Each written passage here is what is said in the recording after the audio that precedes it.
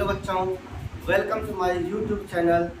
तो आज जो हम लोग टॉपिक डिस्कस करने वाले हैं उस टॉपिक का नाम है एक्सहेलेशन और एक्सपायरेशन।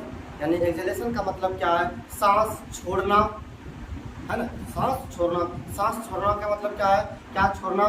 तो कार्बन डाइऑक्साइड को हमारे फेफड़े से क्या करना, हमारे वायुमंडल में, हमारे एटमॉस्फेयर में क्या करना, कार्बन डाइऑक्साइड को छोड़ना। यानी कि जब हम लोग कल जो टॉपिक डिस्कस किए थे उस टॉपिक का नाम था हमारा, क्या नाम था उस टॉपिक का?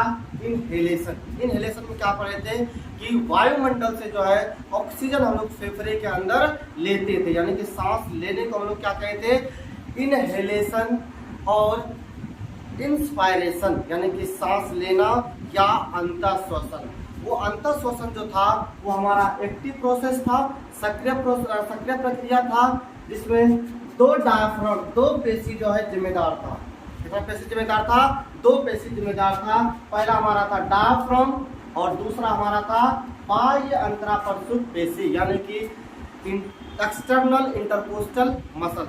कल हम लोगों ने ये इंटरकोस्टल मसल्स के बारे में पढ़ा था, जब हम लोगों ने रिब केज का फॉर्मेशन किया था। ध्यान से देखो यहाँ पर, जब हम लोगों ने कल रिब केज का फॉर्मेशन किया था, रिब केज का फॉर्मेशन किया था और रिब केज में क्या देखे थे कि तीन बोन्स जो है, थ्री बोन्स जो है जिम्मेदार हुए थे। कौन कौन से? हमारे पहले थे वर्टिब्रल कॉलम, दूसरा हमारा था रिब्स और तीसरा हमारा था स्टर्नम, पुरोस्थी, है ना। तो ये तीनों बोन्स जो है मिलकर इसका फॉर्मेशन किया था, रिब केज का फॉर्मेशन किया था, पसली पिंजर का निर्माण किया था। और इसी पसली पिंजर में जो है क्या मौजूद था? दो लंग्स मौजूद था। क्या मौजूद था? दो लंग्स, दो फेफड़ा मौजूद था। ओके, तो हम लोगों ने क्या देखा था इनहेलेशन में कि इनहेलेशन में डायफ्राम और बाह्य अंतराप्रसुप्त पेशी, यानी कि एक्सटर्नल इंटरकोस्टल मसल्स क्या होता था? वर्क करता था। इसमें कॉन्ट्रैक्शन होता था। क्या होता था? कॉन्ट्रैक्शन। जब हमारा एक फेंड्रिक मसल्स था तो फेंड्रिक मसल्स क्या होता था? उसमें कॉन्ट्रैक्शन होता था, उसमें संकुचन होता था। और वो फेंड्रिक मसल्स क्या करता था? डायफ्राम को चपटा करता था। क्या करता था? डायफ्राम को चपटा करता था। कुछ इस प्रकार से देख सकते हो यहाँ पर, ये जो डायफ्राम हमारा जो पहले डोम शेप लाइक स्ट्रक्चर था, अब वो क्या हो जाता है? चपटा हो जाता है। तो जब चपटा हुआ था तो इसका वॉल्यूम क्या हो गया था? बढ़ गया था। जहां पहले इतना सा वॉल्यूम था अब बढ़कर वो इतना हो गया था, यानी यहाँ पर क्या हो गया था? वॉल्यूम बढ़ गया था। तो हमारे थोरेसिक रीजन का जो सबसे पहले वॉल्यूम बढ़ाने में जो मसल्स काम किया था वो हमारा क्या था? डायफ्राम। डायफ्राम चपटा हो गया था तो वॉल्यूम क्या हो गया था? बढ़ गया था। फिर दूसरा जो मसल्स था हमारा, दूसरा मसल था हमारा कौन सा? तो बाह्य अंतराप्रसुप्त पेशी, एक्सटर्नल इंटरकोस्टल मसल। इस एक्सटर्नल इंटरकोस्टल मसल्स में क्या होता था कि इसमें कॉन्ट्रैक्शन होता था, और जैसे इसमें कॉन्ट्रैक्शन होता था तो ये जो हमारा रिब केज है, यानी कि जो हमारा पसली और ये जो हमारा स्टर्नम, यानी कि रिब्स और स्टर्नम जो था, इसमें कॉन्ट्रैक्शन होता है। और ये क्या करता है? इसको बाह्य अंतराप्रसुप्त पेशी में, यानी कि एक्सटर्नल इंटरकोस्टल मसल्स में कॉन्ट्रैक्शन होने की वजह से जो रिब्स जो था हमारा और जो हमारा स्टर्नम था उसको बाहर और ऊपर की ओर धकेलता था। देखो यहाँ पर ये नॉर्मल हमारा है, ये बाहर और ऊपर की ओर धकेलता था, जिसकी वजह से क्या होता था?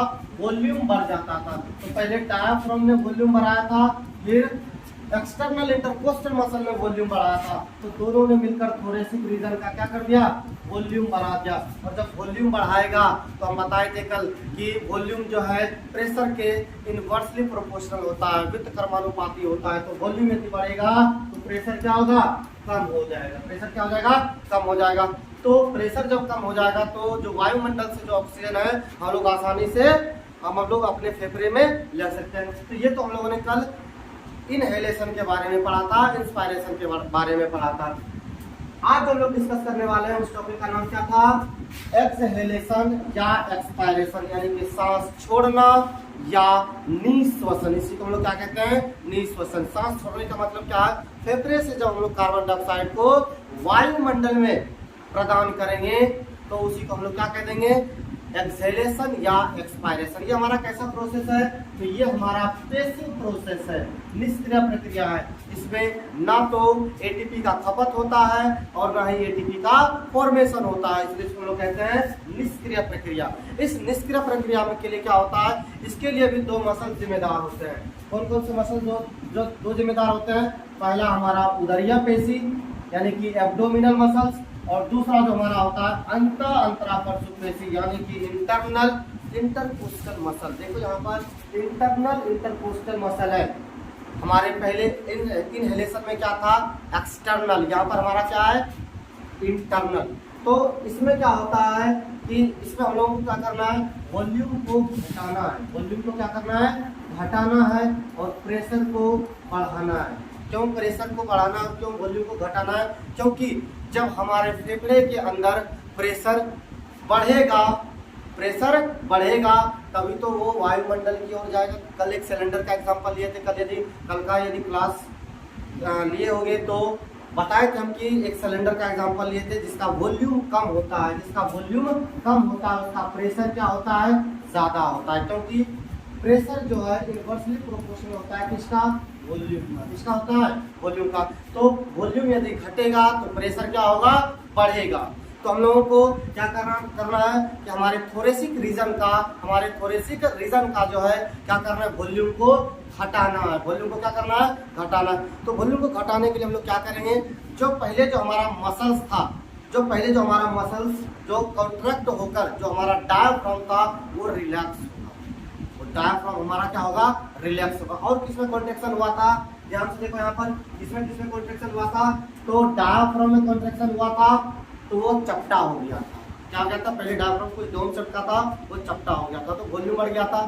और हमारा बाह्य अंतरापरशु पेशी में क्या हुआ था? उसमें कॉन्ट्रैक्शन हुआ था, तो वो क्या किया था? हमारे थोरेसिक रीजन को बाहर और ऊपर की ओर धकेला था, तो वॉल्यूम बढ़ गया था। तो हमें क्या करना है? वॉल्यूम को घटाना है। तो वॉल्यूम को घटाने के लिए क्या करेंगे? उन रिब केज को और हमारे डायफ्राम को उसको रिलैक्स करेंगे। क्या करेंगे? उसको रिलैक्स करेंगे। तो एक्सहेलेशन के दौरान सबसे पहला जो होता है वो हमारे डायफ्राम में और बाह्य अंतरापरशु पेशी में रिलैक्स होता है। क्या होता है? रिलैक्सेशन होता है। और जैसे ही वो रिलैक्सेशन होता है तो वॉल्यूम क्या हो जाता है? कम हो जाता है। वॉल्यूम क्या होता है? कम हो जाता है।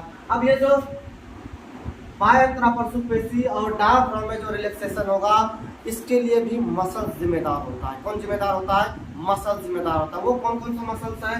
देखो यहाँ पर मसल्स का नाम लिखे हैं। कौन कौन सा है? उदरीय पेशी और अंतरापरशु पेशी। वो जो हमारे एब्डोमिनल रीजन में जो हमारा मसल जो होता है वो क्या करता है? जो डायफ्राम इस तरह से जो चपटा हुआ था उसको ऊपर की ओर धक्का मारता है, और जैसे ऊपर की ओर धक्का मारता है तो वो जो डायफ्राम हमारा पहले चपटा हुआ था वो फिर से डोम सेप्ट का हो जाता है। कुछ इस प्रकार से देखो एब्डोमिनल रीजन से जो है क्या हुआ? वहाँ पर मसल धक्का मारा तो डायफ्राम जो पहले चपटा था वो फिर से डोम सेप्ट का हो जाता है। तो जैसे वो हमारा डायफ्राम डोम सेप्ट का हो जाएगा तो वॉल्यूम क्या हो जाएगा? घट जाएगा। यानी कि उदरीय पेशी क्या किया? डायफ्राम में कॉन्ट्रैक्शन किया। किसमें कॉन्ट्रैक्शन किया? डायफ्राम में। तो वॉल्यूम क्या हो गया? वहाँ पर घट गया। वॉल्यूम क्या हो गया? वहाँ पर घट गया। फिर दूसरा हमारा अंतरापरशु पेशी। अंतरापरशु पेशी यानी कि इंटरनल इंटरकोस्टल मसल्स में आप कॉन्ट्रैक्शन होगा। इंटरनल इंटरकोस्टल मसल कहाँ था? ये जो रिब केस था उसके अंदर की ओर जो इंटरकोस्टल मसल था उसको हम लोग क्या कहते हैं? Internal intercostal muscle. अब उसमें क्या होगा? संकुचन होगा, उसमें कॉन्ट्रैक्शन होगा। और जैसे उसमें कॉन्ट्रैक्शन होगा जो पहले इस प्रकार से जो छाती फूला था अब वो क्या हो जाएगा? वो नॉर्मल कंडीशन में होगा। जो पहले बाहर और ऊपर की ओर जो गया था अब क्या हो जाएगा? वो नॉर्मल पोजीशन पे आ जाएगा। तो इस तरह से ये इसके कारण भी क्या हो जाएगा? वॉल्यूम कम हो जाएगा। यानी कि पहले डायफ्राम जो पहले चपटा था वो फिर से डोम शेप्ड हो गया। उसके लिए कौन सा पेशी जिम्मेदार था? तो उदरीय पेशी। और दूसरा जो हमारा अंतरापरशु पेशी में कॉन्ट्रैक्शन हुआ तो वो भी क्या हो गया?